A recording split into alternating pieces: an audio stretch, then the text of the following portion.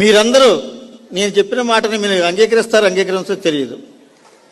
అంబేద్కర్ ప్రపంచం మొత్తం మహామేధావి జ్ఞాన సంపన్నుడు అంటుంది. నేను చాలా తెలివి తక్కువ వాడు అంటాను. అంగీకరిస్తారా? నో. ఇప్పుడు నేను చెప్పిన తర్వాత మీరు అంగీకరించాలి. నో అన్న వాళ్ళందరూ కూడాను మీ పిల్లవాడు ఒక 10th చదివితేనో, డిగ్రీ చదివితేనో, లేదా పీజీ కోర్స్ చేస్తేనో, ఉద్యోగం చేయకుండా దేశభక్తి అంటూ తిరిగితే ఏం చేస్తారు? మీరు ఏం చేస్తారు? ఏమని తిడతారా? పిల్లవాడిని చదివిన చదువు మానేసి ఉద్యోగాలు చేయకుండా, డబ్బులు సంపాదించకుండా, భార్యను పోషించకుండా, పిల్లల్ని పోషించకుండా దేశం కోసం తిరుగుతుంటే, ఇల్లు వదిలిపెట్టి తిరుగుతుంటే మీ పిల్లవాడిని మీరేమంటారు? ఇప్పుడు చెప్పండి, అంబేద్కర్ తెలివిగలవాడా కాదా? ఇప్పుడు మాట్లాడరు. నాకు తెలుసు అంబేద్కర్ ఈ విషయంలో ఇంటెలిజెంట్ కాదు.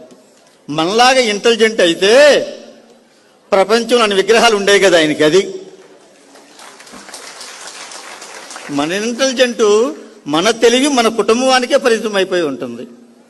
ఆయన ఒక ఆదర్శ పురుషుడు కాబట్టి, మహానుభావుడు కాబట్టి, యుగకర్త కాబట్టి ఆయనకి ఈ ప్రపంచమే సంతానం, తన బిడ్డల సంతానం కాదు. నిజానికి అంబేద్కర్ గారు చదివిన చదువుకి ఆ రోజుల్లో భారతదేశంలో ఉద్యోగాలు లేవు. భారతదేశంలో ఉద్యోగాలు లేవు. అంబేద్కర్ గారు చదివిన రోజుల్లో కాలేజీ లెక్చరర్కి 24 రూపాయల జీతం, హై స్కూల్ హెడ్ మాస్టర్ గారికి 17 రూపాయల జీతం.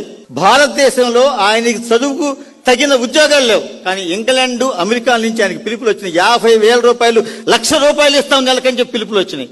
ఆయన అంత డబ్బు తీసుకుని ఉంటే మహారాష్ట్రను కాదు, మన 2 తెలుగు రాష్ట్రాలను మొత్తం కొనేసేవాడు.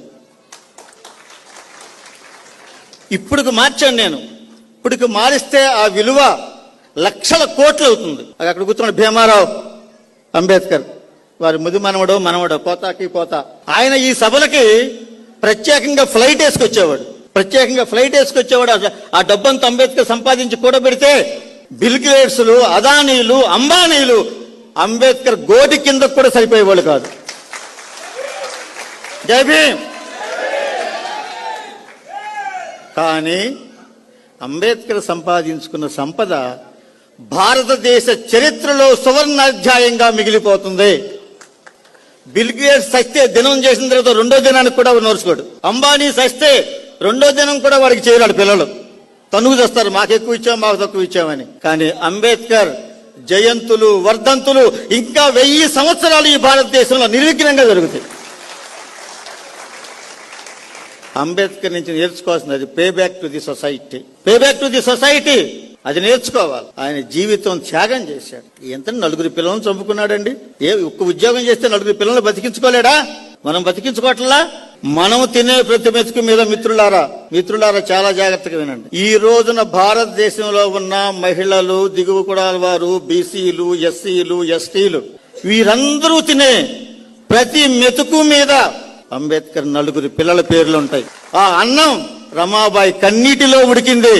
ఆ అన్నం తిని, ఆ మెతుకులు తిని అంబేద్కరిజానికి ద్రోహం చేస్తే వాడి కంటే పాపి ఈ ప్రపంచంలోనే లేడు.